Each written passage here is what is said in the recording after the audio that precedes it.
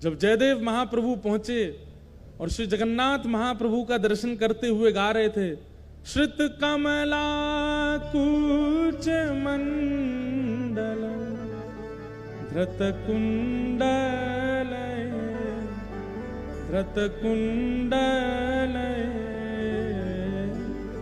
कलित ललित वनमाल तक पहुंचे थे। बस गाना तो चाह रहे थे जय जगदीश हरे, लेकिन श्री जगन्नाथ महाप्रभु अपने मधुर अधरों से गाने लगे जय जय देव। आज जय जगदीश हरे नहीं होगा, आज जय जय देव हरे होगा। हे जयदेव, तुम्हारे इन भावों को हम प्रणाम करते हैं, हमारी इन अंतरंग स्थितियों को तुम लिख रहे हो, हम वंदन करते हैं। श्री जयदेव महाप्रभु वो पहले ब्याह नहीं कर रहे थे। इधर देखो, ध्यान से सुनो, सबको आवाज आ रही है हमारी? किसी को नहीं आ रही हो तो हाथ ऊपर करो। सबको आ रही है ना? हाँ, तो ध्यान से सुनो। जयदेव महाप्रभु पहले ब्याह नहीं कर रहे थे, और ये निश्चित होता है कि जिसके अंदर भक्ति मात्रा में आ जाती है वो ब्याह से भागता है। वो संसार के विषयों से कहीं ना कहीं स्वयं को बचाता है। तो जयदेव महाप्रभु, आपके माता पिता जो थे वो बाल्यकाल में ही चले गए थे। वो बचपन से ही आप जगन्नाथ महाप्रभु को ही अपने माता पिता मानते थे। जब जगन्नाथ भगवान का इन्होंने दर्शन किया तो दर्शन करने के बाद में इनके मन में भाव आया कि मैं एक नियम धारण कर लेता हूं। क्या? मैं इतना विरक्त भाव में रहूंगा, वृक्ष के नीचे रहा करूंगा, और एक रात जिस वृक्ष के नीचे रहा दूसरी रात उस वृक्ष के नीचे नहीं रहूंगा। ऐसा नियम बना लिया जयदेव महाप्रभु ने। गीत गोविंद इतना प्रिय लेखनी से नहीं बना है, इतना प्रिय शब्दों से नहीं बना है, इतना प्रिय जगन्नाथ जी को रचयिता की वजह से बना है। शब्द तो संस्कृत के हैं, मैं भी लिख सकता हूं, आप भी लिख सकते हो। कई बार सब्जी अच्छी नहीं बनी है, लेकिन किसने बनाई है? पत्नी ने बनाई है, तो अच्छी बतानी पड़ती है। कैसी बनी? बहुत अच्छी बनी, बहुत बढ़िया बनी है। अरे चलो, पत्नी तो रोज बनाती है, पति ने बनाई है। हाँ, पति कभी कभी भोजन रसोई घर में घुस जाता है तो गैस चूल्हा सब घबरा जाते हैं, बोले आज हमारी शामत है, आ गया, अब बनाएगा कुछ। तो जब पति रसोई घर में जाता, उस दिन सबसे ज्यादा खुश होती है पत्नी, और बच्चे तो कूदते रहते, आज पिताजी बनाएंगे कुछ। तो पतिदेव कैसा भी भोजन बनावे, पत्नी जब पाती है तो क्या कहती? बहुत अच्छा बना, बहुत अच्छा, सब कुछ। पत्नी को पता चल जाता है इसमें नमक कम है, नींबू भी कम है, थोड़ी सी मिर्च ज्यादा हो गई है। बच्चों को कहती है नहीं नहीं, इसका पेट भरा, इसको मैं दोबारा खिलाऊंगी। वो फिर बाद में सही करके बच्चों को खिलाती है, लेकिन पति से क्या बोलती है? बहुत अच्छा बना है। मतलब सामग्री से कई बार प्रेम नहीं होता है, सामग्री बनाने वाले से प्रेम होता है। महाप्रभु जगन्नाथ जी को सामग्री तो बहुत प्रस्तुत करने वाले हैं, पर प्रस्तुत करने वाला कैसा है, उससे ठाकुर जी को सामग्री अच्छी लगती है। ये गीत गोविंद इतना प्रिय क्यों है ठाकुर जी को? क्योंकि जयदेव महाप्रभु, और उन जयदेव महाप्रभु ने ऐसा नियम बना लिया कि मैं एक वृक्ष के नीचे एक रात रुकूंगा और अगले दिन दूसरे वृक्ष के नीचे चला जाया करूंगा।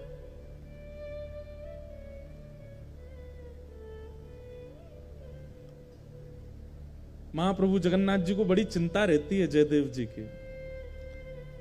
उनको लगा कि बताओ, मेरा इतना प्रिय जयदेव, उसकी रचना मुझे इतनी प्रिय कि ठाकुर जी आज भी गीत गोविंद ओढ़ के सोते हैं, हृदय से लगा के सोते हैं। अरे भाई, कोई प्रेम का निर्वहन 10 साल कर ले, 20 साल कर ले, 50 साल कर ले, 60 साल कर ले। श्री जगन्नाथ महाप्रभु 1000 साल से अपने प्रेम का निर्वहन कर रहे हैं। एक भी रात पिछले 1000 सालों में ऐसी नहीं गई है जिसमें महाप्रभु जगन्नाथ जी गीत गोविंद को लपेट करके ना सोए हों। हर रात गीत गोविंद को अपने हृदय से लगा के सोते हैं।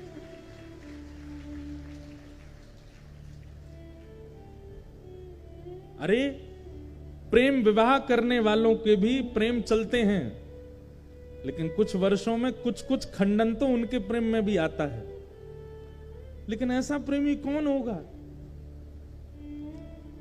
महाप्रभु जगन्नाथ जी सोते ही नहीं है बिना गीत गोविंद के। जब तक गीत गोविंद का पाठ नहीं होता नहीं सोते।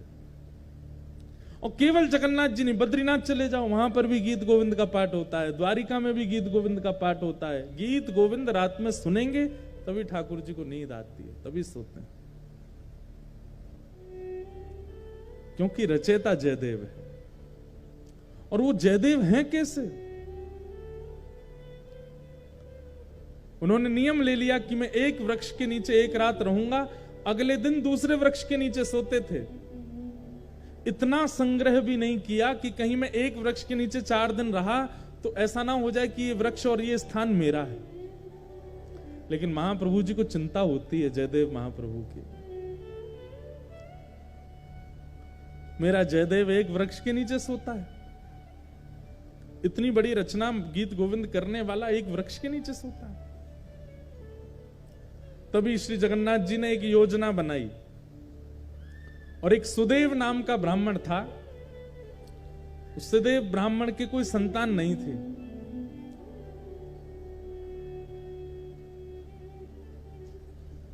सब लोग बहुत ध्यान से सुनो, बहुत अच्छी कथा है। ठाकुर जी पहले ही योजना बना लेते हैं। तो सुदेव ब्राह्मण के पहले कोई संतान नहीं थी। तो सुदेव ब्राह्मण ने जगन्नाथ महाप्रभु से कहा कि भगवान एक संतान का सुख मुझे दीजिए, मैं वचन देता हूं उसकी बाल्यावस्था पूरी हो जाने के बाद जैसे ही वो बालक कुमार अवस्था का होगा मैं आपके चरणों में निवेदित कर दूंगा, वो बालक आपका हो जाएगा। फिर ये मेरा वचन है आपको। तो जैसे ही भगवान ने देखा कि भाई ये जयदेव महाप्रभु एक ही वृक्ष के नीचे रहते हैं, तभी ठाकुर जी ने विचार किया कि हम कैसे इनके इस वृक्ष के नीचे रहने वाले सिस्टम को दूर करवाएं। तभी ठाकुर जी को याद आया कि एक सुदेव ब्राह्मण था, उसने इतने वर्ष पहले हमसे कहा था कि एक संतान हो जाए तो वो हमें अर्पित करेगा। और ठाकुर जी की कृपा से उस सुदेव ब्राह्मण के यहाँ एक पुत्री ने जन्म लिया। महाप्रभु जी ने विचार किया कि उसकी पुत्री अब विवाह के योग्य हो गई है। महाप्रभु जी ने उसको स्वप्न दिया सुदेव ब्राह्मण को, और स्वप्न में जाकर के उसको याद दिलाया कि तुमने हमसे कहा था एक संतान होगी तो तुम हमको अर्पित करोगे, तुम्हारी बेटी हुई, अब भूल गए अपना वचन। अगले दिन ही सुदेव अपनी बेटी लेकर के महाप्रभु जगन्नाथ जी के सामने गया। जय जय, मेरी धृष्टता क्षमा, मैं भूल गया था कि पुत्री आपको अर्पित करनी। मेरी पुत्री, आप इसको स्वीकार करो। जैसे ही उसने प्रणाम किया, महाप्रभु जगन्नाथ जी उसके अंतस्थ में आ गए और बोलने लगे। बोले अब ये हमारी हो गई तो हम जहां जाएंगे वहां इसको लेके जाओ, हम जहां चाहेंगे वहां इसको दे आओ। बोले आज्ञा करो। बोले एक वन में एक जयदेव महाप्रभु हैं, गीत गोविंद की रचना जिन्होंने की, उनसे जाकर के अपनी बेटी का ब्याह कर दो। पद्मावती नाम था उनका। तो सुदेव ब्राह्मण बोला, भगवान वन में रहते हैं बेटी। बोले अब ये तुम्हारी बेटी नहीं तो तुम चिंता क्यों कर रहे हो? तुम्हारी बेटी होती तुम चिंता करते ना कि जमाई हमारा कैसा, घर है कि नहीं है, परिवार है कि नहीं, संपत्ति। अब तो ये हमारी हो गई, तो अब इसके पिता हम हैं, हम इसके लिए योग्य वर ढूंढ चुके हैं, उससे जाके ब्याह करो इसका। और जो आज्ञा भगवान, बिल्कुल संशय नहीं है मेरे चित्त में, मैं ब्याह कर दूंगा। और जाते जाते जगन्नाथ महाप्रभु, सुनो, तुम अपनी बेटी लेकर के संबंध कराने आए हो ऐसा बिल्कुल मत बोलना। ये कहना महाप्रभु जगन्नाथ जी ने भेजा है और उन्होंने ही आज्ञा की है कि आपको इनसे ब्याह करना पड़ेगा। ठाकुर जी को कितनी चिंता हो रही है कि जयदेव जी का घर बन जाए, जयदेव जी की झोंपड़ी हो जाए। सुदेव ब्राह्मण अपनी पुत्री पद्मावती को लेकर के पहुंचे। श्री जयदेव महाप्रभु एक वृक्ष के नीचे बैठे थे तो प्रणाम किया। जयदेव महाप्रभु कहिए भगवान कैसे आना हुआ? बोले भगवान आप सुयोग्य हैं और मेरी बेटी आपके बिल्कुल योग्य है, मैं अपनी पुत्री का आपसे विवाह करने के लिए आया हूं। और ये मैं अपनी पुत्री का विवाह करने इस भाव से नहीं आया कि मैं इनका पिता हूं। महाप्रभु जगन्नाथ जी ने मुझे स्वप्न देकर के आज्ञा दी कि आप इनको स्वीकार करो। जयदेव महाप्रभु उठ खड़े हुए, हंस करके बोले जगन्नाथ प्रभु तो बोलेंगे ही, खुद ने तो 16,108 किए हैं, उनको क्या कमी है? वो तो 10-5 हजार और कर लें तो भी उनको कोई दिक्कत नहीं, वो तो कर्तुम अन्यथा कर्तुम समर्थ परमेश्वर हैं, वो संभाल भी सकते हैं। पर मैं कैसे संभालूंगा इनको? मैं तो एक वृक्ष के नीचे एक रात रहता हूं, फिर दूसरे वृक्ष के नीचे दूसरी रात गुजारता हूं, तीसरे मेरा कोई ठिकाना नहीं है। और भाई इनको रखने के लिए तो बहुत व्यवस्थाएं करनी पड़ जाएंगी, मेरे भजन में बाधा हो जाएगी, मेरे चित्त में इतना भाव प्रेम नहीं उमड़ पाएगा फिर ठाकुर जी के प्रति। क्षमा करें महाप्रभु, भले ही जगन्नाथ जी ने इनको भेजा। अब देखो ये अधिकार प्रेमी व्यक्ति को प्राप्त होता है। हम आप होते तो घबरा जाते, ओहो जगन्नाथ जी ने कहा है, फिर तो मानना पड़ेगा, फिर तो करना पड़ेगा, फिर तो स्वीकार होना ही चाहिए। लेकिन जयदेव महाप्रभु इतने जानते हैं ठाकुर जी को, इतना प्रेम है उनका, बोले महाप्रभु जी से कहो कहीं और व्यवस्था देखें इनके लिए, बाकी सारी आज्ञा उनकी स्वीकार है पर ये स्वीकार नहीं है, हम बयान नहीं कर पाएंगे।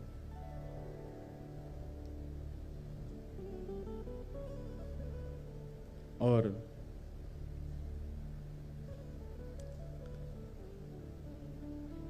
श्री जयदेव महाप्रभु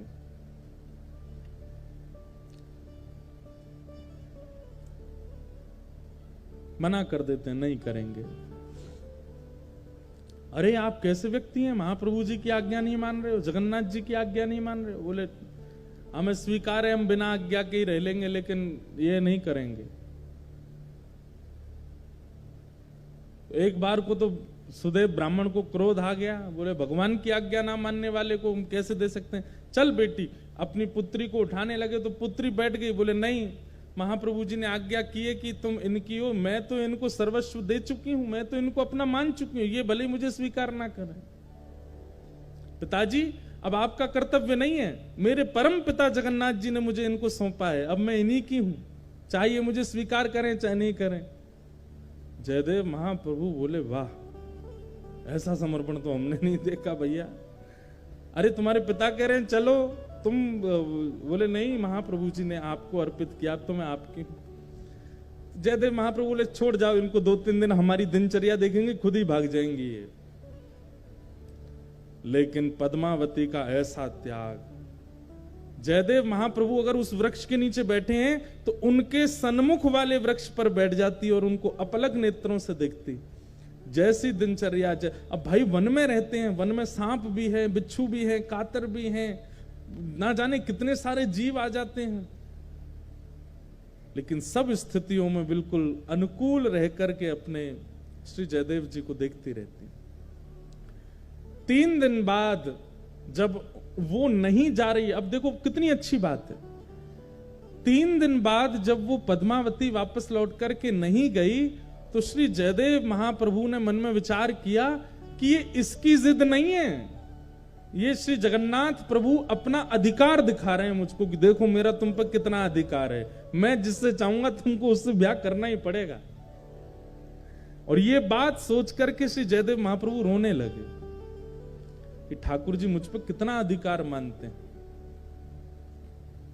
कि मेरे 5 बार मना करने पर भी ये कन्या अपने स्थान से हिल नहीं रही। इसकी सामर्थ्य नहीं है कि ये वन में रह सके, इसकी सामर्थ्य नहीं है वृक्ष के नीचे रह सके, इसने कहां तपस्या देखी है, लेकिन इसको ये सामर्थ्य कौन प्रदान कर रहा है? महाप्रभु जी। जयदेव महाप्रभु ने जब इसको अधिकार माना कि ये जगन्नाथ जी का अधिकार है मेरे ऊपर, और अधिकार मान करके पद्मावती से कहा मैं तुम्हारा वर्ण करूंगा, चलो। और तब पद्मावती से ब्याह किया, और ब्याह करने के बाद कहा देवी अब तुम तो ऐसे वृक्ष के नीचे रहती अच्छी नहीं लगती, चलो। और फिर बंगाल का जन्म था महाप्रभु जी का। अब पता नहीं, अब ऐसा भी कहते हैं कि वो स्थान उड़ीसा में ही आता है, कई कहते हैं पहले बंगाल में था अब उड़ीसा में, ऐसा कुछ है। केलुबिंद नाम का एक स्थान है, और वहां अपनी पत्नी के साथ गए और गांव के बाहर ही एक झोंपड़ी बना करके अपनी पत्नी के साथ जयदेव महाप्रभु रहते थे। अब ठाकुर श्री जगन्नाथ जी को शांति पड़ी कि हाँ अब ठीक है, झोंपड़ी में रहता है, अब कम से कम धूप, वर्षा, सर्दी, गर्मी, जीव जंतुओं से सुरक्षित तो है, कोई दिक्कत नहीं। महाप्रभु जी ने, जयदेव महाप्रभु, महाकाव्य गीत गोविंद की रचना की।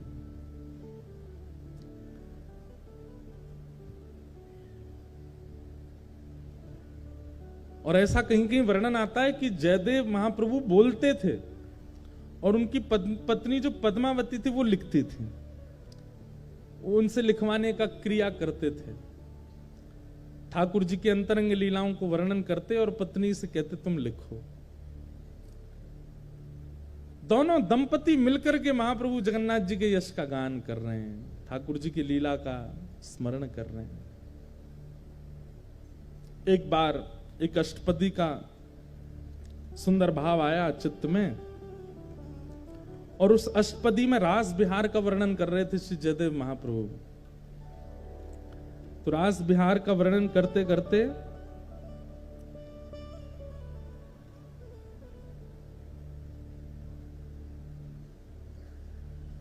वदसि यदि किंचिदपि दंतरुचि कौमुदी हरति दरति मिरत मति घोरम। ये अष्टपदी का प्रारंभिक इससे प्रारंभ होता है। सुंदर रास बिहार का वर्णन कर रहे थे, और रास बिहार का वर्णन करते करते उनके मन में एक सुंदर भाव आया। क्या? भण मृषण वाणी करवाणी चरणद्वयम सरसल सलद तत्कसुरागम स्मर गरल खंडनम मम शिरसि मंडनम देहि पद पल्लव मुदारम। अब इस भाव में ऐसा वर्णन है कि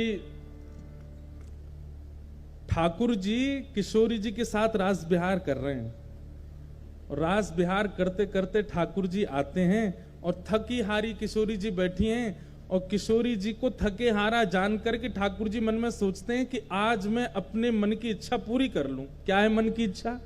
और ठाकुर जी की मन की इच्छा है कि मैं एक बार किशोरी जी के दोनों चरण पकड़ करके अपने सिर पर धर लूं, और किशोरी जी ये करने नहीं देते। ठाकुर जी किसी ना किसी कौतुक से प्रणाम कर लेते हैं, सिर कभी कभी माथे नीचे धर लेते हैं किशोरी जी के चरणों में, लेकिन ठाकुर जी का क्या मन है कि जो पैर का तलवा है, ऐसे किशोरी जी के दोनों पैर ये बैठी हों और इनके दोनों पैर पकड़ के ऐसे अपने सिर पर धर लूं। अब देखो कितनी गंभीर बात है, ध्यान से सुनना। जयदेव महाप्रभु नेत्र बंद करके चिंतन कर रहे हैं, और चिंतन करते करते उनको दृश्य क्या दिखा कि ठाकुर जी ने देखा किशोरी जी थकी हारी बैठी हैं एक शिला पर, और तुरंत ठाकुर जी सोचते हैं आज अच्छा समय है, किशोरी जी के दोनों चरण उठा करके अपने श्री मस्तक पर रख लूं। जयदेव महाप्रभु कहते कहते रुक गए।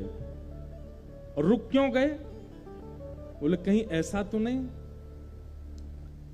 कि ठाकुर जी और किशोरी जी के इस भाव को मैं जो देख रहा हूं मेरी पत्नी किसी अन्य भाव में ले जाए।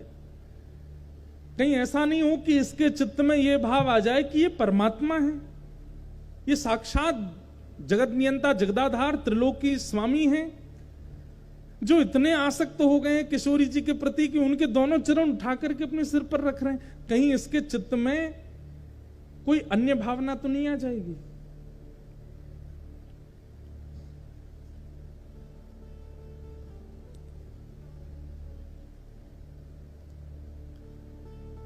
बोलते बोलते जयदेव महाप्रभु रुक गए और तुरंत मन में विचार किया कि मैं अपना नित्य क्रम कर आता हूं, और इसको मैं थोड़ा परिवर्तित करके बोलूंगा, ऐसा कोई भावना आवे जिससे इसके चित्त में कोई दुर्भाव प्रकट हो जाए। तो जयदेव महाप्रभु बोले, देवी अभी ना मुझे आगे याद नहीं आ रहा है, तुम एक काम करो, इसको आगे मैं पूरा करूंगा, यहीं रख दो। और कलम और गीत गोविंद की पुस्तिका वहीं रख करके जयदेव महाप्रभु बोले तुम भोजन प्रसाद तैयार करो, मैं गंगा स्नान करके आता हूं और स्नान करके आके फिर प्रसाद पाके फिर लिखूंगा। ठीक है। अब वो चली गई प्रसाद बनाने, जयदेव महाप्रभु चले गए गंगा स्नान करने। इतने में ठाकुर जी ने मन में विचार किया कि इस भाव को लिखने में इनको संकोच क्यों हो रहा है। अरे किशोरी जी के चरण मुझको सिर पे धारण करने में कोई दिक्कत नहीं है, ये जयदेव महाप्रभु संकोच क्यों कर रहे हैं इस भाव को वर्णन करने में। और बोले ये स्नान करके आएंगे, इसको परिवर्तित करके कुछ और लिख देंगे, और लेकिन मैं चाहता हूं कि यही लिखा जाए। तभी जयदेव महाप्रभु का रूप धारण करके स्वयं श्री जगन्नाथ जी आ गए। और जयदेव महाप्रभु के रूप में जैसे आए, पत्नी बोली बड़ी जल्दी स्नान कर आए। हाँ देवी, वो मुझे पंक्ति याद आ गई थी, आगे जो लिखनी है, लाओ कलम दो, मैं लिख देता हूं। और तुम भोजन बन गया? बोले हाँ तैयार है। बोले लगाओ थाली, मैं भी पंक्ति लिख देता हूं। और श्री जगन्नाथ महाप्रभु ने जयदेव जी का रूप धारण करके इस पंक्ति को लिखा। क्या? भण मृषण वाणी करवाणी चरणद्वयम् सरसल सदल कथ सुरागम स्मर गरल खंडनम मम शिरसि मंडनम देहि पद पल्लव मुदारम। हे किशोरी जी, आपके चरण कैसे हैं? बोले इन चरणों को यदि कोई दूर से देख ले और उसके चित्त में यदि काम भी उत्पन्न हो गया होगा तो किशोरी जी के चरणों में इतनी सामर्थ्य है कि उसके हृदय से उस काम का नाश हो जाएगा।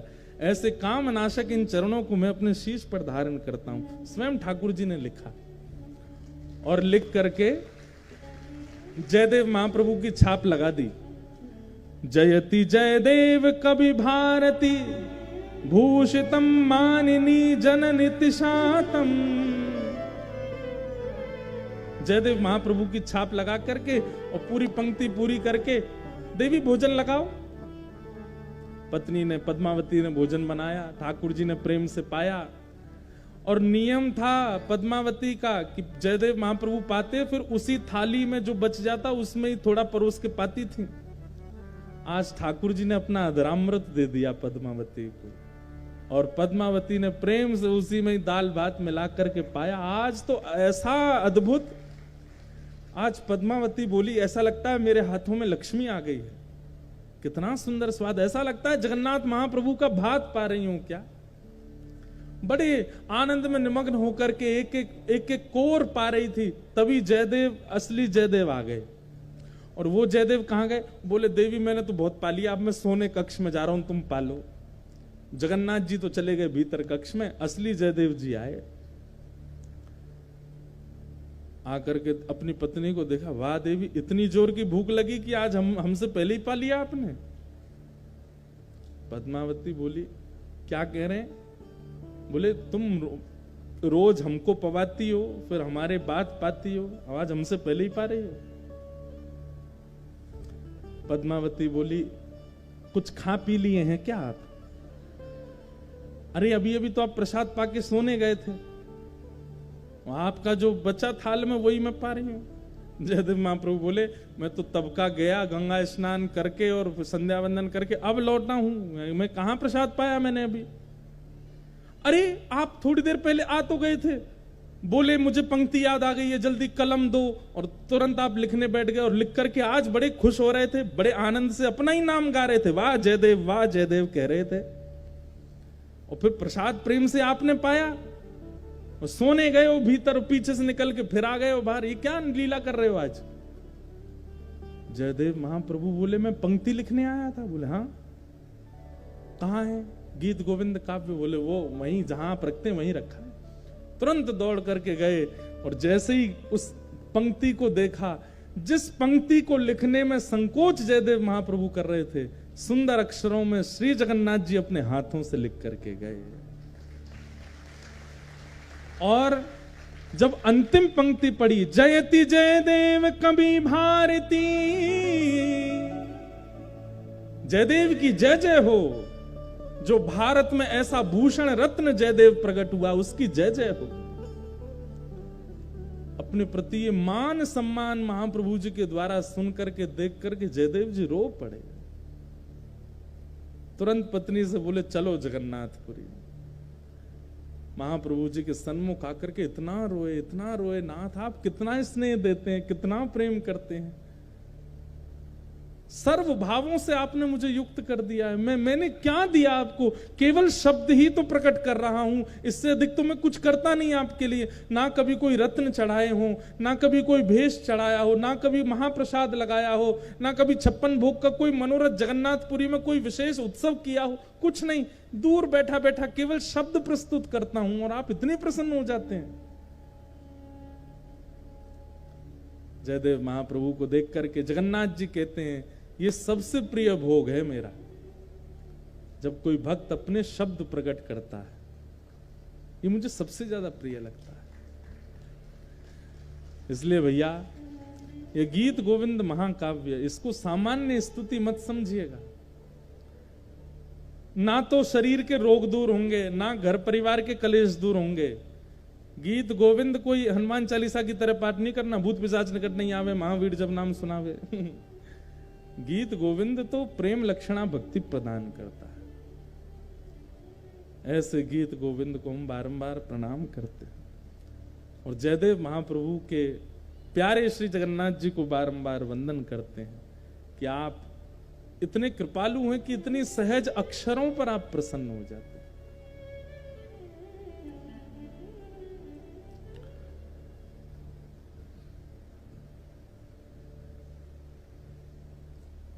आज आधी से ज्यादा कथा तो गीत गोविंद पे ही हो गई, लेकिन अच्छा है ना, महाप्रभु जी को प्रिय है।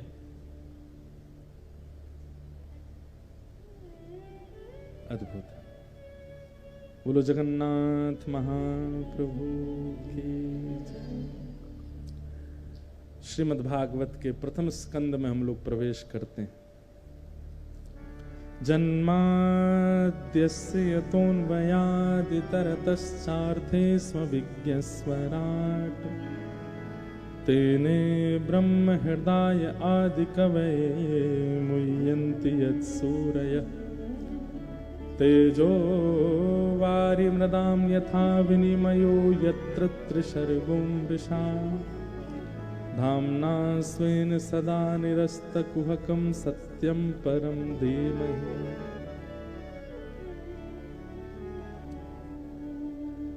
श्री जयदेव अब देखो एक बात मेरे को अब आ रही है रह के याद, तो मैं क्या करूं बताओ। मैं तो चाह रहा हूं कि, लेकिन जयदेव महाप्रभु का एक प्रसंग हमने पढ़ा है। जो लोग कहते हैं कि ठाकुर जी हमको वृंदावन नहीं बुलाते या हमको वृंदावन में नहीं, इतने साल हो गए हमको वृंदावन नहीं जाने को मिल रहा है, आदि आदि लोग भाव रखते हैं। श्री जयदेव महाप्रभु भी पूरा जीवन व्यतीत करने के बाद वृंदावन गए, अपने अंतिम दिनों में वृंदावन पहुंचे और जैसे ही वृंदावन पहुंचे हैं बस फिर ज्यादा देर रह नहीं पाए। यमुना जी का दर्शन किया, लता कुंज वृक्षों का दर्शन किया, गिरिराज जी का दर्शन किया, रज को माथे से लगाया और श्री जयदेव महाप्रभु फिर ब्रज में ही विलीन हो गए। उसी दिन अपने प्राणों का परित्याग वृंदावन में ही किया। तो महाप्रभु जी से 2 दक्षिणा हमने मांगी हैं।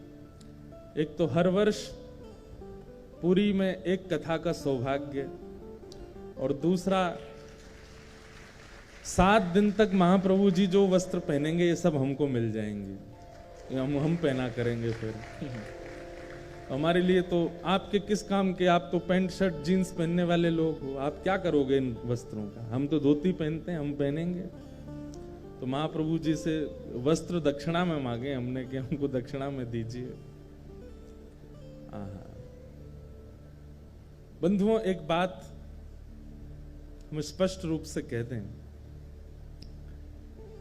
ठाकुर जी को भक्त जब अपने हृदय का उद्गार प्रकट करता है ना शब्दों में, मैं बहुत बार कथा में कह चुका हूं, ठाकुर जी को वो बहुत प्रिय लगता। उससे प्रिय भोग ठाकुर जी के लिए कुछ नहीं है। ब्रज जन प्रियतम बाल मुकुंदम राधा रमणम हरे हरे, ये हमने सबसे पहला भाव लिखा अपने जीवन का। और हमें लगता है कि इससे ठाकुर जी इतने प्रसन्न रहते हैं। अब राधा रमण जी में जितने भी लोग दर्शन करने जाते हैं, एक दिन में असंख्य वैष्णवों में से कोई एक वैष्णव तो जाकर के राधा रमण जी के सामने 2 पंक्ति गाता ही होगा।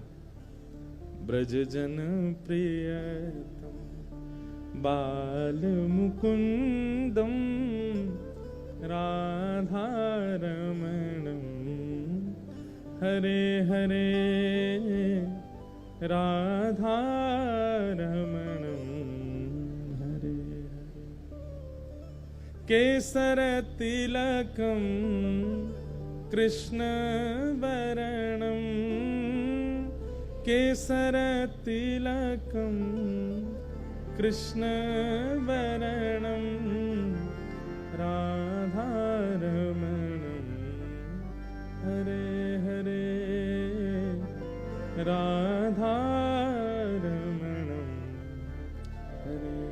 तो उस एक वैष्णव की 2 पंक्तियों से भी हमारी हाजिरी लग जाती है राधा रमण जी में। प्रत्येक दिन ठाकुर जी का स्मरण, ठाकुर जी का दर्शन, ये कृपा अनुभूति कैसे प्राप्त होती है? जब भक्त अपने प्रेम उद्गार प्रकट करता है ठाकुर जी को शब्द के माध्यम से, तभी ये प्रकट होता है। और जिस भूमि पर आप बैठे हैं, ऐसे उड़ीसा में महाप्रभु जगन्नाथ जी गीत गोविंद सुनते हैं। अभी एक लाली ने यहां पर नृत्य किया गीत गोविंद के मंगल स्तुति के ऊपर, कितना सुंदर भाव है। कभी कभी हम उड़ीसी नृत्य देखते हैं तो ऐसा लगता है कि ठाकुर जी जब रहे होंगे तो ऐसी चाल ढाल होगी उनकी, क्योंकि उड़ीसी जब नृत्य होता है तो नृत्य करने वाला कभी सीधा खड़ा होता ही नहीं है। उसके हाथ भी टेढ़े, उंगलियां भी टेढ़ी, नेत्र भी ऐसे मटकते रहते हैं और चरण भी ऐसे टेढ़े। वो उड़ीसी नृत्य करने वाले जो भी आएंगे मंच पर, वो खड़े ही ऐसे होते हैं, उनके पैर भी टेढ़े होंगे, हाथ भी ऐसे होंगे। तो उससे कभी कभी लगता है यही तो बांके बिहारी हैं। ऐसे ही तो रहते हैं ठाकुर जी, जिनका एक अंग भी सीधा ना रहता हो, वही तो है ठाकुर जी। हमारे अष्ट छाप के सखा कहते हैं, सब ही अंग को बाको गिरधर, सब ही अंग को बाको बाकी चाल चलत गोकुल में, बाकी चाल चलत गोकुल में, छैल छबीलो बाको गिरधर, सब ही अंग को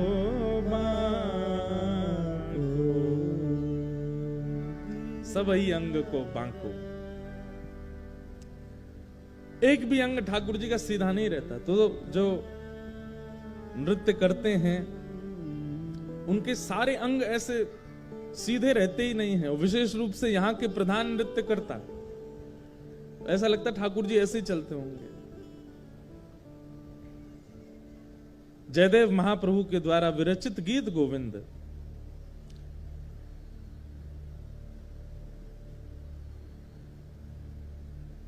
भैया वो भक्तमाल ग्रंथ कहां है? श्री भक्तमाल जी में जयदेव महाप्रभु के जब चरित्र का वर्णन श्री नाभा जी करते हैं तो वहां वर्णन करते हुए जो छप्पे गाया है, उस छप्पे में श्री नाभा जी स्पष्ट रूप से इस बात को सबको बता रहे हैं। क्या?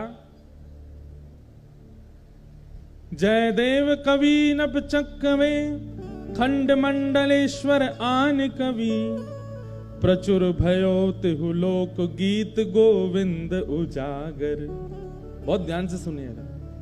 आज क्योंकि गीत गोविंद, कल भी गीत गोविंद हमने गाया, आज भी गीत गोविंद, और महाप्रभु जी को इतना प्रिय है, इतना प्रिय है, उसके बारे में थोड़ी हम चर्चा करें। प्रचुर भयो तिहु लोक गीत गोविंद उजागर। गीत गोविंद की महिमा केवल पृथ्वी पर नहीं है। एक बार की बात है कि एक राजा थे, उन राजा के यहां पर देवता भी आते थे, गंधर्व भी आते थे, पाताल लोक के नाग नागिन भी आते थे। तो एक बार उन राजा के उस सभा में, सब लोग इधर देखो, बहुत ध्यान से सुनो, देवी देवता गंधर्वजन और पाताल लोक के, रसातल लोक के, यम लोक के सब जीव भी वहां आए हुए थे, सब देवी देवता आए हुए थे। तो राजा ने सबकी अगवानी में सबको विराजमान करके किन्हीं गायकों को बुलाया और उन गायकों ने आकर के गीत गोविंद गाया, जयदेव महाप्रभु के द्वारा रचित। तो गीत गोविंद सुनकर के राजा ने उन सबसे कहा कि आपको ये संगीत कैसा लगा? तो स्वर्गलोक के देवी देवता और रसातल लोक के यमदूत आदि ये सब क्या बोले? बोले ये तो हम रोज सुनते हैं। क्यों? बोले हमारे लोकों में भी इसका पाठ होता है। तब से ये बात प्रचलित हुई कि भैया गीत गोविंद केवल पृथ्वी पर प्रचलित नहीं है, इसको तीनों लोकों में सुना जाता है, सब सुनते हैं। अगर व्यक्ति को गीत गोविंद याद हो, और भगवान ना करे ऐसा कभी हो नहीं सकता कि गीत गोविंद याद हो और उसको यमदूत पकड़ने आ जाएं। यमदूत कब आते हैं? मृत्यु काल में आते हैं। वैसे तो गीत गोविंद याद करने वाले को यम यातना नहीं भोगनी पड़ेगी, लेकिन बाई चांस फिर भी जीवन के अपने व्यवहार स्वभाव नहीं बदले, लेकिन गीत गोविंद याद कर लिया और अंतिम काल में उसके व्यवहार स्वभाव के कारण कहीं अगर यमदूत आ गए और उसने केवल अगर इतना ही गा दिया ना, श्रुत कमला कुछ मंडल धृत कुंडल ए, तो यमदूत वहीं हाथ जोड़ करके खड़े हो जाएंगे, हाथ जोड़ कहेंगे भैया तुम यमलोक के अधिकारी नहीं हो, चलो हम तुम्हें सीधे महाप्रभु जगन्नाथ जी के पास ले चलते हैं। और यमदूत तो क्या ले जाएंगे, यमदूत वहां से अंतर ध्यान होंगे, विष्णु दूत आएंगे और लेकर के जाएंगे। गीत गोविंद का ऐसा भाव। तो प्रचुर भयो तिहु लोक गीत गोविंद उजागर, तीनों लोकों में उसका गुणगान गाया जाता है, केवल पृथ्वी लोक पर गीत गोविंद प्रचलित नहीं है। हमने तो कितने अनुभव किए हैं। गीत गोविंद के प्रति एक हम आप लोगों को सावधानी बताना चाहते हैं, बस वो ध्यान से सुनिए।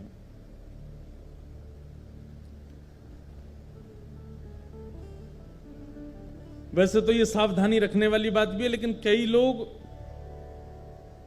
टेस्ट लेने के लिए इसको कर भी सकते हैं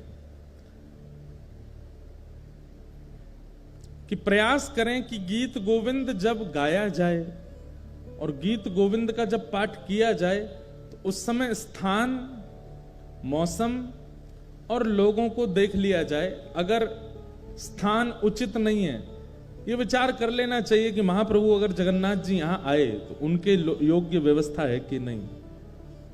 मौसम, कड़कती धूप पड़ रही है, भयंकर गर्मी, पसीना निकल रहे हैं महाराज, उस समय गीत गोविंद मत गाइए। और सामने बैठे हुए लोग अगर वो अधिकारी नहीं हैं, वो दूषित खाते हैं, दूषित पीते हैं, या किसी ऐसी सभा में है जहां विवाह का फंक्शन हो रहा है, किसी के ब्याह का क्रम चल रहा है, किसी का कुछ ऐसा चल रहा है जहां लोग खा भी रहे हैं, डोल रहे हैं, ऐसी जगह गीत गोविंद नहीं गाना। अधिकार का विचार करके गीत गोविंद का प्रस्तुतिकरण और गायन करना। अब ये भागवत की कथा है, यहां सब योग्य बैठे हैं, महाप्रभु जी विराजमान है, भागवत जी विराजमान है, इतने सारे वैष्णव विराजमान, यहां गीत गोविंद गाएं, ठाकुर जी आएंगे, विराजेंगे। क्योंकि अष्टपदी अभ्यास करे तही बुद्धि बढ़ावे, और श्री राधा रमण प्रसन्न सुनन निश्चित तह आवे। श्री नाभाजी कह रहे हैं जगन्नाथ महाप्रभु तो राधा रमण जी जगन्नाथ जी में कोई अंतर नहीं है, लेकिन यहां पर जो शब्द कहा गया है वो सुनिए, श्री राधा रमण प्रसन्न सुनन निश्चित तह आवे। निश्चित शब्द लगा करके श्री नाभा जी ने इस बात को प्रमाणित कर दिया कि गीत गोविंद अष्टपदी का एक अक्षर भी जब प्रारंभ होता है, ठाकुर जी उसी समय आ जाते, आकर के बैठ जाते और पूरा सुनते। तो इसमें विचार ये रखना चाहिए कि अष्टपदी कहीं भी ना गाई जाए,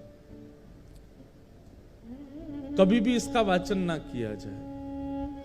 कई बार ऐसा होता है कि हम लोग सफर कर रहे हैं, गाड़ी में बैठे हैं, गाड़ी में बैठे बैठे आपको, कई लोगों को आदत होती है कीर्तन सुनने की, भजन सुनने की। अब उस समय अगर आपने ट्रैप रिकॉर्ड में गीत गोविंद चला दिया और गाड़ी पूरी पैक बैठी है, ठाकुर जी कहां बैठेंगे बेचारे आके? ठाकुर जी कहेंगे भैया ऊपर इसके कैरियल भी नहीं है, कहां लटक जाएं हम। अच्छा, ये निश्चित है कि ठाकुर जी आएंगे, तो ठाकुर जी को श्रम होता है, बेचारे लटकते हुए सुनते हैं, लेकिन सुनते जरूर हैं। अच्छा, इसमें एक चीज हम कह सकते हैं कि जैसे सीडी में चल रहा है, किसी का गाया हुआ चल रहा है, मतलब आधुनिक यंत्र से अगर गीत गोविंद गाया जा रहा है तो ठाकुर जी हो सकता है नहीं आते होंगे, लेकिन कोई भक्त बैठ करके गाता होगा तब तो ठाकुर जी निश्चित आते हैं। तो इसलिए उस समय सावधानी रखो, गाने में कोई अपराध नहीं लगेगा आपको। भक्तमाल जी में एक लीला आती है कि एक माली की बेटी थी, उसको गीत गोविंद याद हो गया। वो गीत गोविंद कब गाती थी? जब अपने बगीचे में बैगन तोड़ने जा रही थी एक दिन। अब बैगन तोड़ने के लिए जा रही थी तो सघन वन था, वहां कांटे लगे हुए थे। अब वो तो बच बचा के निकल रही थी अंदर और गाती हुई जा रही थी। महाप्रभु जगन्नाथ जी व्याकुल हो गए, कोई गीत गोविंद गा रहा है। तुरंत दौड़े ठाकुर जी, और ठाकुर जी इतने रसिक हैं गीत गोविंद के कि ऐसे नहीं कि दूर बैठ के सुन लिया, कोई गा रहा है तो वहीं से नहीं, सामने बैठ के सुनते हैं, श्रोता का पूरा निभाते हैं नियम। अब वो तो सघन वन में कुंजों में घुसती जा रही थी। महाप्रभु जगन्नाथ जी सोचे कहां से आ रही आवाज, इनमें ये कांटों के वृक्ष लगे हैं, बेल छाई है, इसमें भीतर घुसी हुई है, वहां से बैगन तोड़ती हुई गा रही है।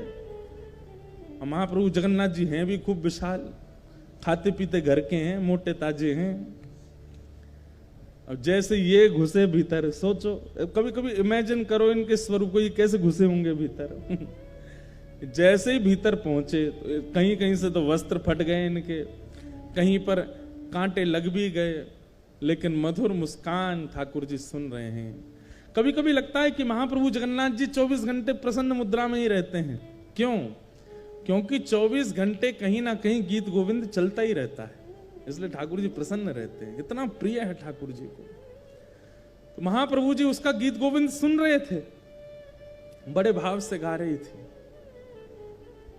जैसे गीत गोविंद विश्राम हुआ, महाप्रभु जी दौड़े मंदिर के लिए। मंदिर में जाकर के विराजमान हुए, तभी पुजारियों ने देखा बलभद्र जी सुभद्रा जी के वस्त्र तो बिल्कुल बढ़िया हैं और ये इनके अस्त व्यस्त हो गए, फट गए जगह जगह से। पूछा, हे महाप्रभु जी, ये आपके वस्त्र कैसे फट गए? तब महाप्रभु जी ने ये भाव बताया कि मुझे गीत गोविंद बहुत प्रिय है, और कोई व्यक्ति कभी कहीं गाता है तो मुझे, मेरा मन होता है कि मैं वहां पहुंच जाऊं। अभी कहां गए थे? तो बताया, बोले एक माली की बेटी है, बैगन तोड़ के गाती है, मैं घुस गया भीतर, फट गए मेरे वस्त्र।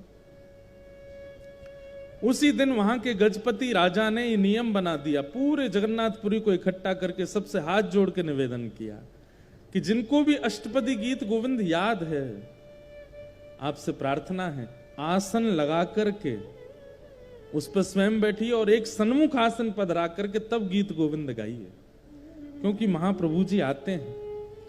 आप चलते फिरते उठते बैठते कहीं कुछ करते हुए गाएंगे तो उसमें कोई दिक्कत नहीं है, लेकिन महाप्रभु जी को श्रम ना हो। और श्रम दो प्रकार के होते हैं। एक श्रम तो यह होता है कि ठाकुर जी के अनुकूल व्यवस्था नहीं है और ठाकुर जी को गीत गोविंद सुनने का चाव है, वो आएंगे, उनको कष्ट होगा। और दूसरा भाव यह है, मान लीजिए श्री मंदिर में कोई विशेष पूजा चल रही है ठाकुर जी की, और उसी समय आप गीत गोविंद गाने लग गए।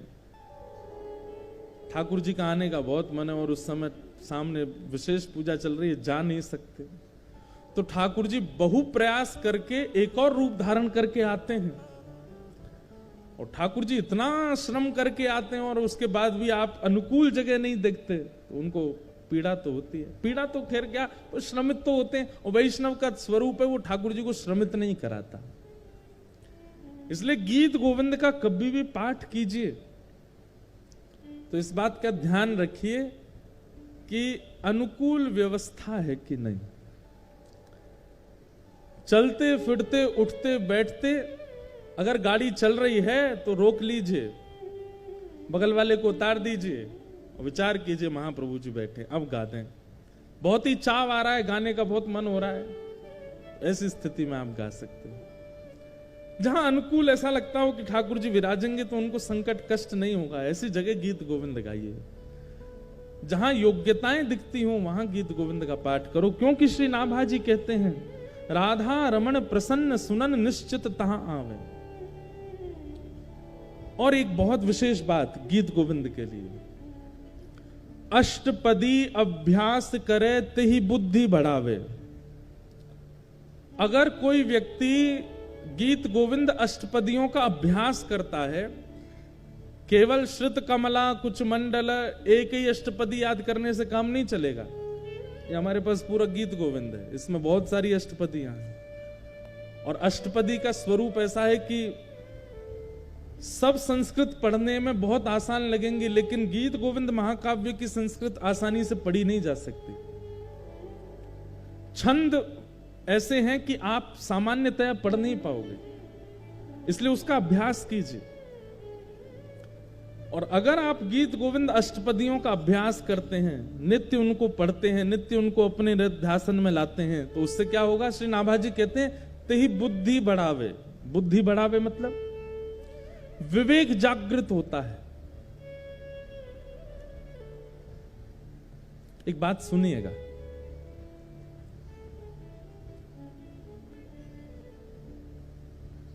तीन प्रकार के दुख होते हैं जीवन में, बहुत ध्यान से सुनिए।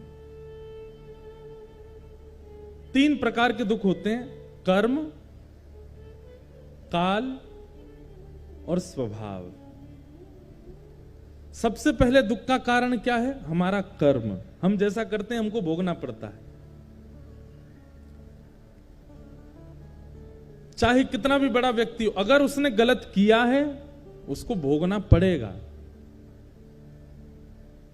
हां, ऐसा होता है कि आपने अगर गलती की और बाद में आपको उसका आभास हो गया कि मैंने गलत किया, और उसका अगर आपने प्रायश्चित किया तो गलती से मिलने वाला जो आपको दंड है वो 40% कट जाएगा, 60% तो फिर भी भोगना पड़ेगा।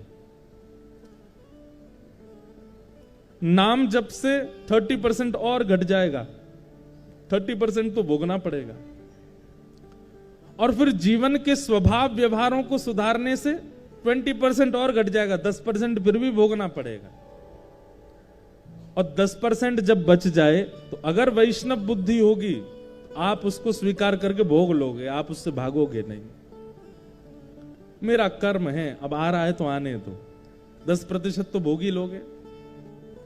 तो पहले दुख का कारण कर्म, दूसरे दुख का कारण है काल, समय। सब लोग इधर देखिए, ध्यान से सुनो। और जब काल दुख रूप धारण करता है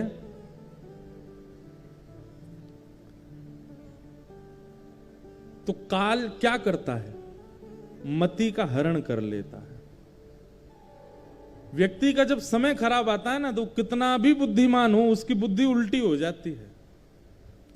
भगवान स्वयं गीता में अर्जुन को कहते हैं कि जब मुझे किसी के ऊपर बहुत देख के लगता है ना कि भाई बहुत फूल लिया, अब तू आजा चपेटे में आओ हमारे में, तो हम क्या करते हैं? कुछ नहीं करते, केवल उसकी बुद्धि का हरण कर लेते हैं। उसकी सोच ही पलट जाती है। उसने इतनी कथाएं सुनी, इतना ज्ञान, इतने गुरुजनों से उसने सब कुछ सीखा, लेकिन अपने जीवन के व्यवहार स्वभाव को नहीं बदलता है, तो फिर ठाकुर जी काल का जब दुख आता है तो मति का हरण कर लेता है।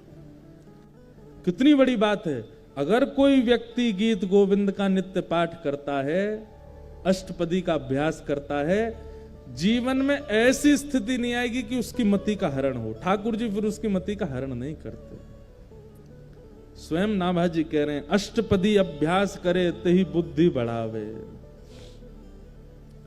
अगर कोई नित्य अष्टपदी का अभ्यास करता है, गीत गोविंद का अभ्यास करता है, उसकी मति का हरण नहीं, मतलब उसके जीवन में काल का दुख नहीं आएगा, समय का दुख नहीं आएगा।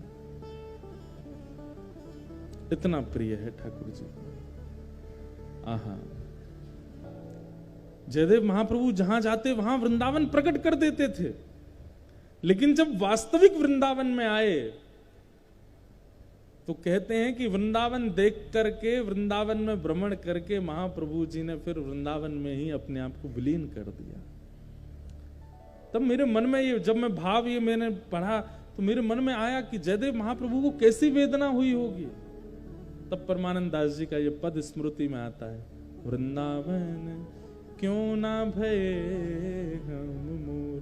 अरे मानवों की बात नहीं है, मोरी बन गए होते, रहत गोवर्धन करत निवास गोवर्धन ऊपर, निरखत नंद किशोर, वृंदावन क्यों ना भये हम मोर।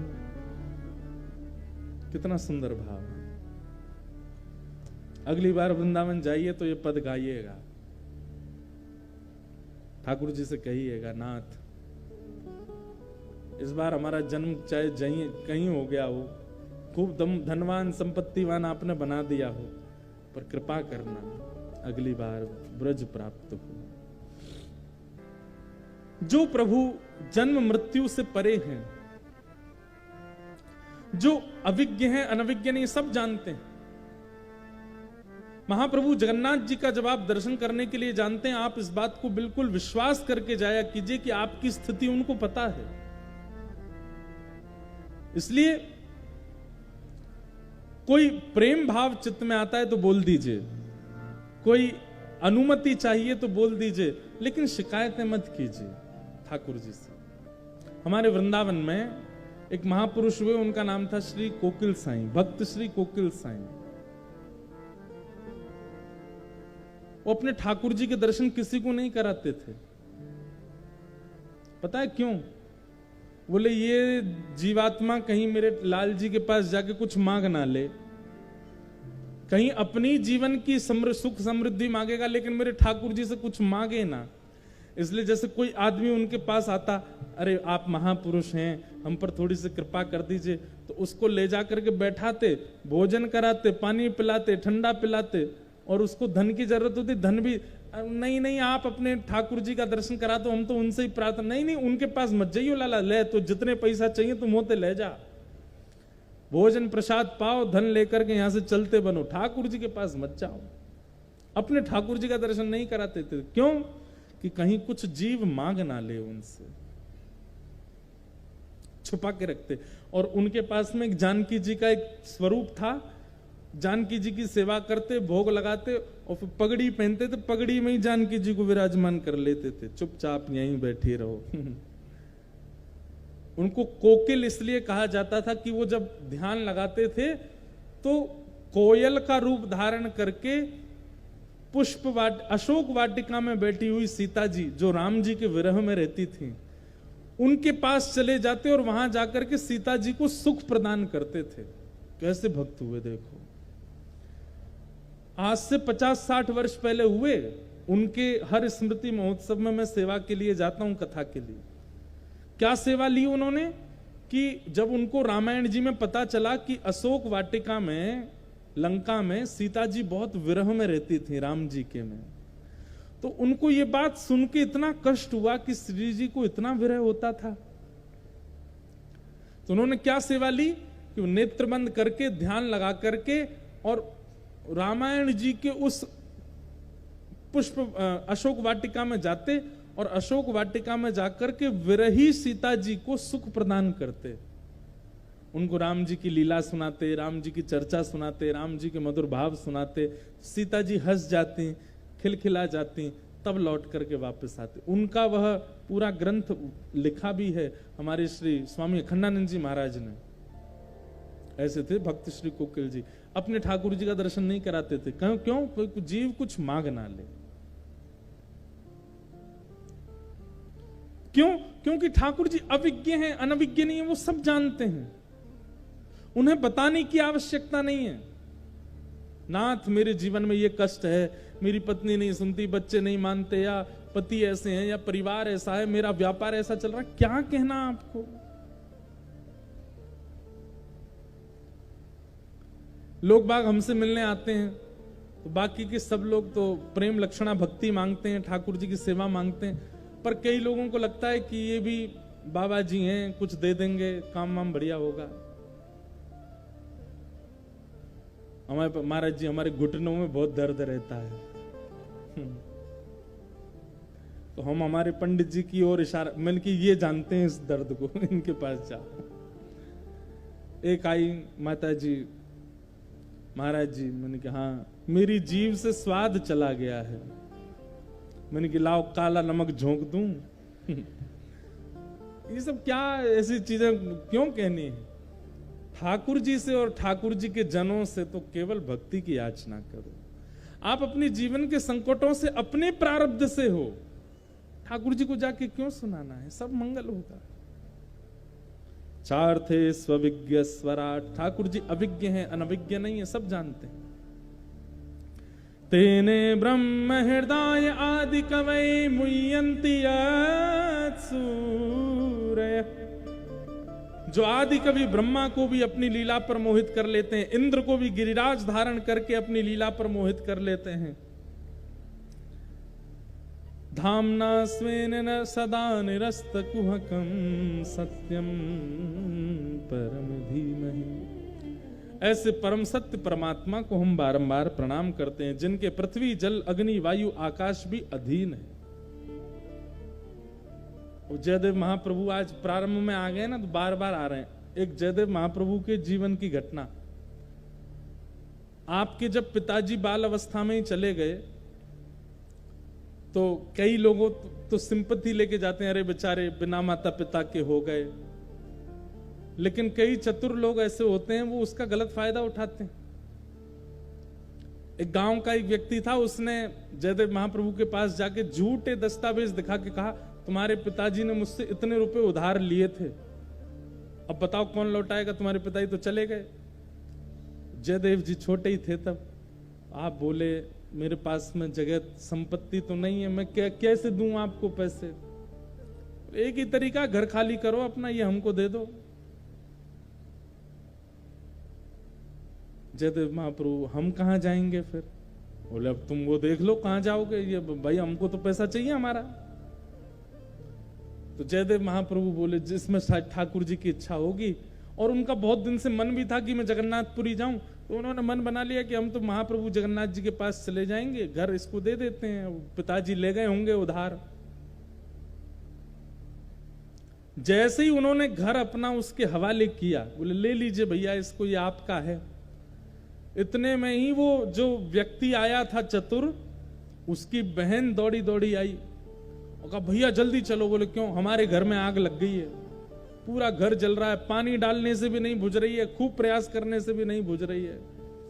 जयदेव महाप्रभु ने इस बात को सुना तो उस व्यक्ति से पहले महाप्रभु जी दौड़े, और जैसे ही उसके घर में प्रवेश किया तो कहते हैं महाप्रभु जी के पैर रखते ही अग्निदेव जो रोष में आ गए थे कि तुम जयदेव के साथ ऐसा कैसे कर सकते हो। जयदेव महाप्रभु को देख करके अपने आप अग्नि शांत हो, बिना किसी प्रयास की अग्नि शांत हो गई। तब उस व्यक्ति को लगा कि भाई ये सामान्य जीव नहीं है। पृथ्वी जल अग्नि वायु और आकाश, ये पंच तत्व ये ठाकुर जी के अधीन है।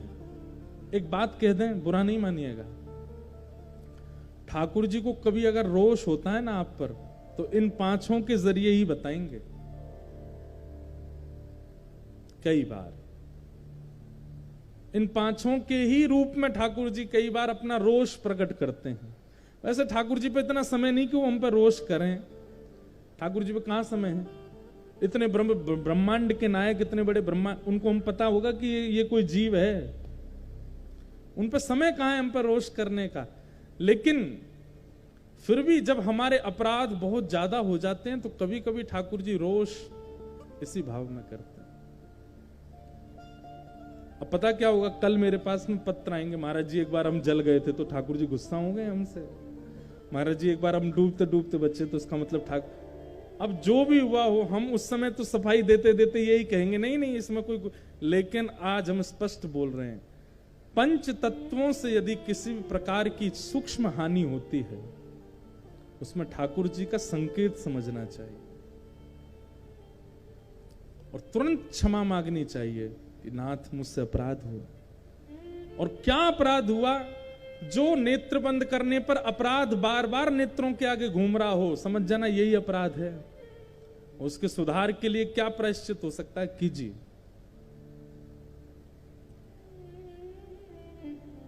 और इन पंच तत्वों से ठाकुर जी अपने वैष्णवों की रक्षा भी करते हैं। जयदेव महाप्रभु की जैसे ही चरण रखे अग्नि शांत हो गई। अरे प्रहलाद को लेकर के होलिका चिता में बैठ गई, बाल बांका नहीं कर पाए प्रहलाद जी की अग्नि। ये सब ठाकुर जी के अधीन है। तेजो वारी मृदाम यथा विनिमयो, अग्नि तेज, अग्नि जल वायु आकाश पृथ्वी जिनके अधीन है, ऐसे सत्य परम सत्य श्री कृष्ण को हम बारंबार प्रणाम करते हैं। सत्यम परम धीमहि, ऐसे परम सत्य को हम वंदन करते हैं। कि धर्म प्रोजित कैतवोत्र परमो निर्मत्सराणां सताम्, वैद्यं वास्तवमत्र वस्तु शिवदं तापत्रयोन्मूलनम्। श्रीमद्भागवते महामुनि कृते किं वा परैरीश्वर, सद्यो हृदयवरुध्यते त्रिकृतिभिः शुश्रूषुभिस्तत्क्षणात्। विषय, अधिकारी, संबंध और प्रयोजन, ये चार बातें दूसरे श्लोक में बताई जा रही हैं। सबसे पहला, भागवत का विषय क्या है? हमारे चित्त में परम धर्म का प्रादुर्भाव होना। बंधुओं, धर्म क्या है, परम धर्म क्या है, दोनों में अंतर जानो। ध्यान से सुनिएगा। अपने जीवन को व्यवस्थित करना, अपने बच्चों के जीवन को व्यवस्थित करना, अपनी पारिवारिक स्थिति को संभालना, व्यापार को सुदृढ़ करना, मतलब जीते हुए अपने जीवन को सार्थक बनाना, ये धर्म है। ये धर्म कहलाता है। आप जॉब करते हो, बिजनेस करते हो, पढ़ाई करते हो, धन कमाते हो, जैसे भी अपनी दिनचर्या आप चला रहे हो, वो सब धर्म है। सही तरीके से, घपलेबाजी से नहीं। अगर आपके कर्म में किसी भी प्रकार का दोष नहीं है तो वो कर्म ही धर्म है। लेकिन परम धर्म क्या है? बहुत ध्यान से सुनिएगा। परम धर्म दो ही है, एक तो हरि संग और दूसरा हरिजन संग। ठाकुर जी का संग और ठाकुर जी के जनों का संग, ये दो अगर आपके जीवन में बहुमात्रा में है तो उसको आप धर्म में काउंट मत कीजिए, वो परम धर्म है। ठाकुर जी का संग और ठाकुर जी के जनों का संग। आप जगन्नाथपुरी क्यों जा रहे हैं? कोई कारण नहीं है, बस ऐसे ही महाप्रभु जी को देखने जा रहे हैं, मन कर रहा है एक बार उनको निहारने का। ये परम धर्म है और ये भक्ति की श्रेष्ठ स्थिति है। आप किसी कारण से महाप्रभु जी के समीप नहीं जा रहे।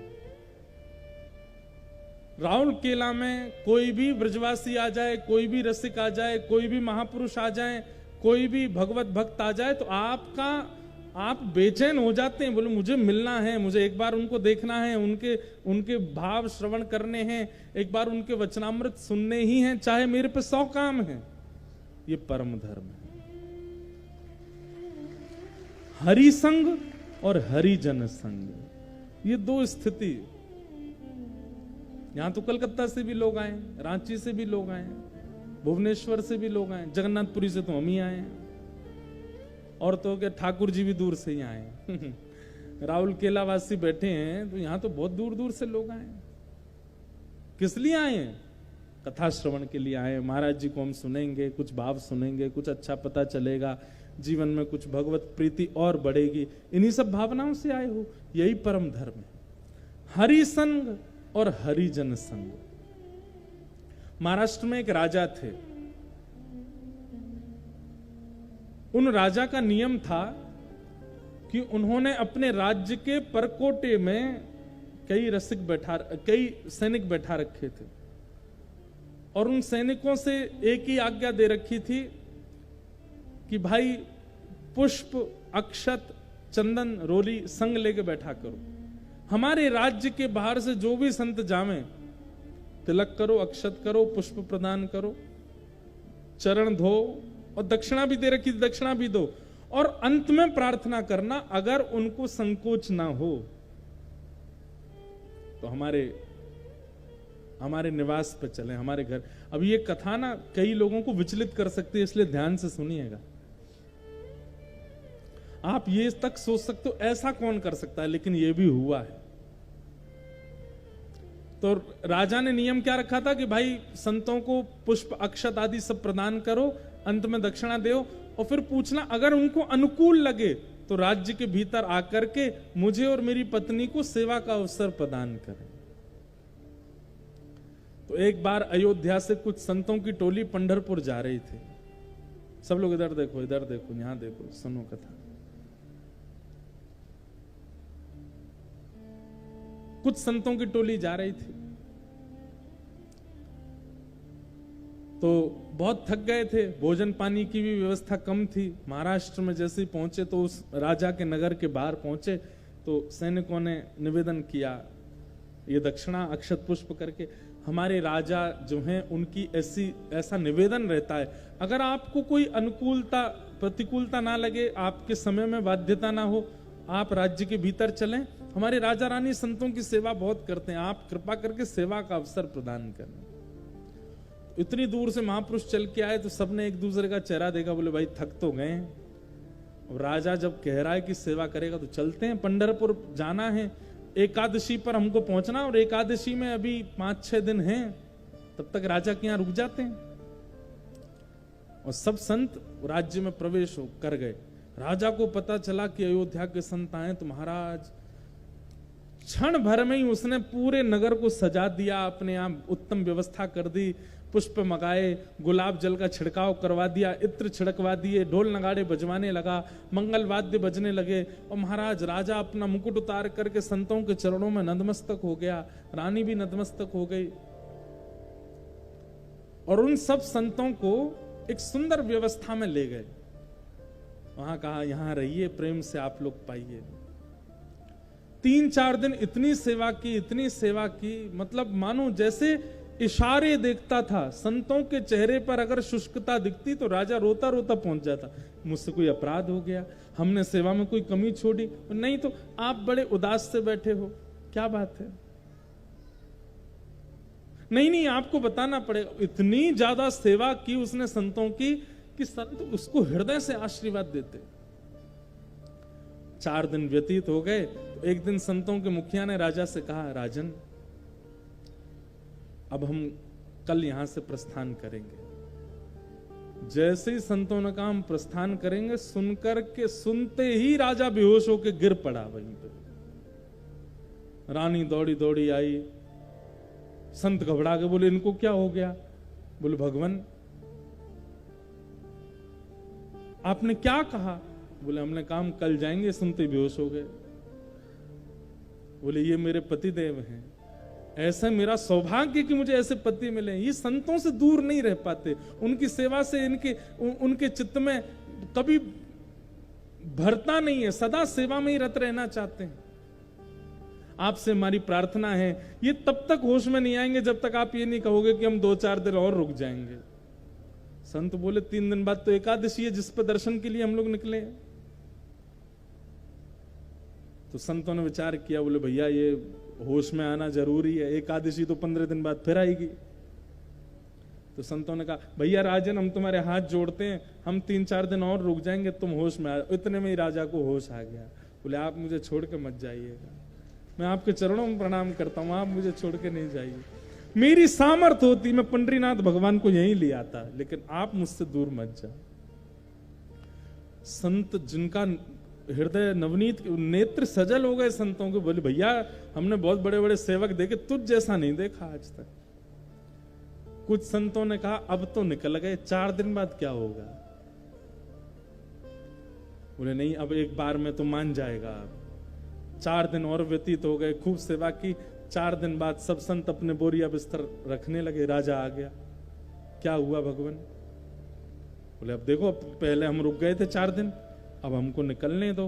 अब 15 दिन बाद एकादशी आएगी, आज एकादशी, अब हम चलते हैं, अब जाएंगे पंढरपुर में, 10-5 दिन रहेंगे, फिर एकादशी दर्शन करेंगे ठाकुर जी का, फिर निकलेंगे अयोध्या।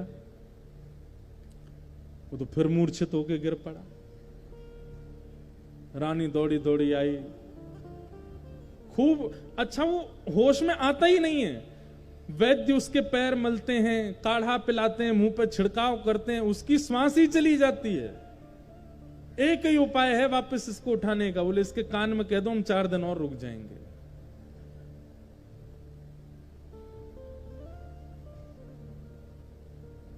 संतों ने कहा, भैया हम 5 दिन और रुक जाएंगे, उठ जाओ।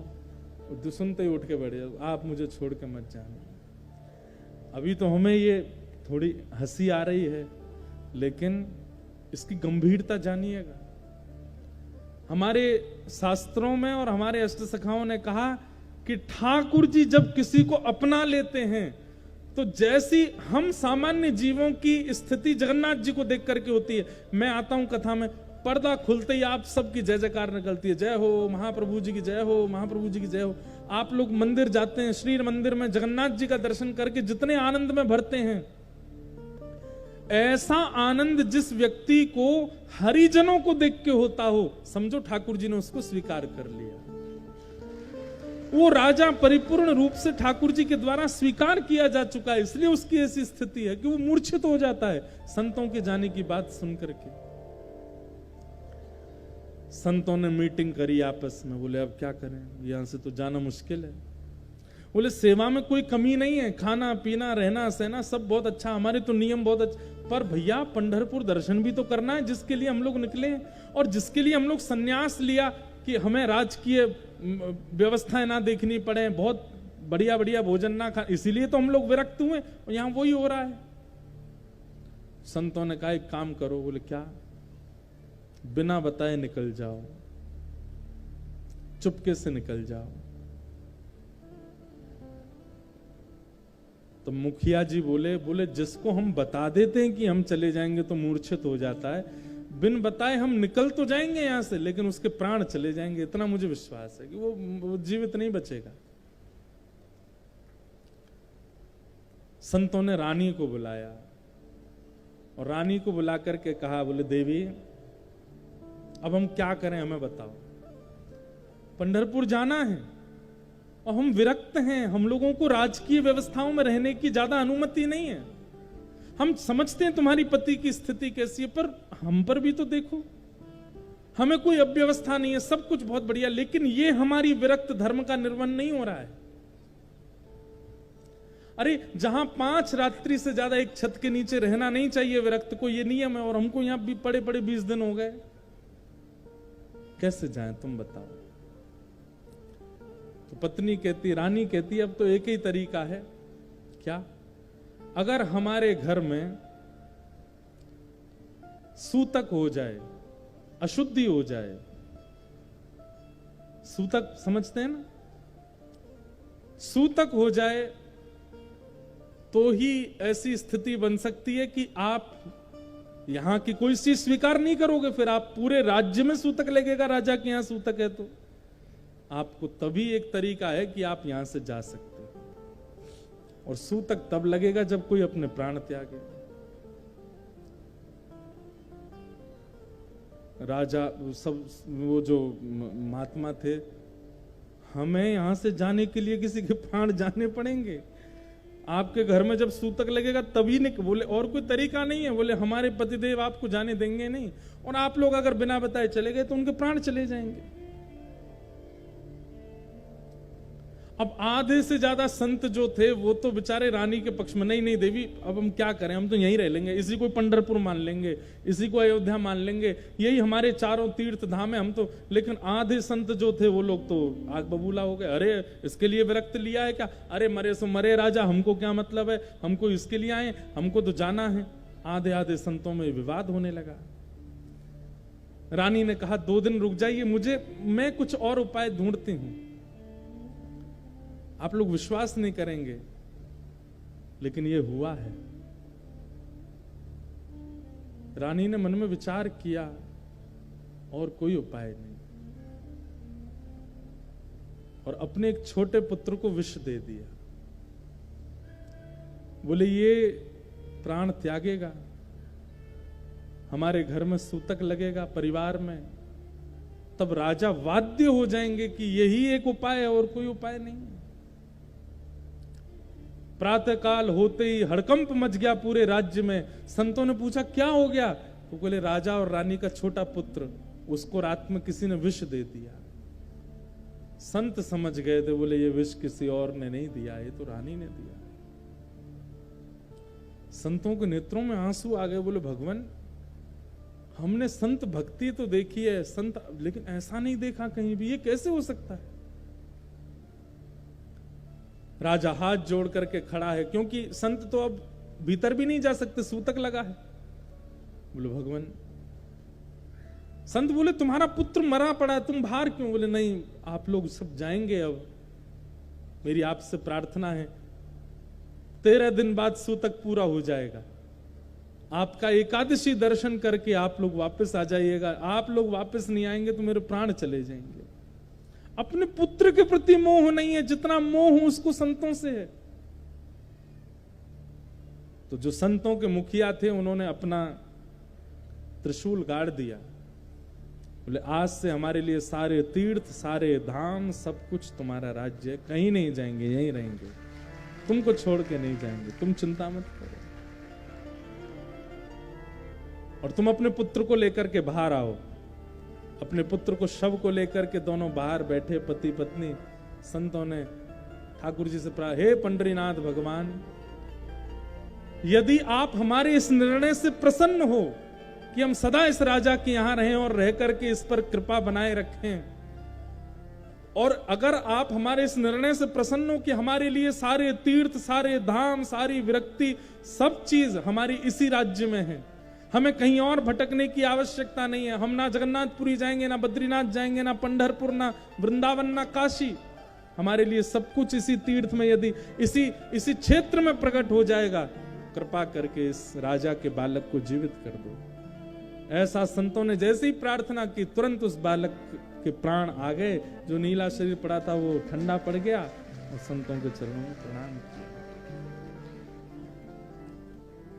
परम धर्म एक ही है, या तो हरि से संग या हरिजनों का संग, और कुछ नहीं।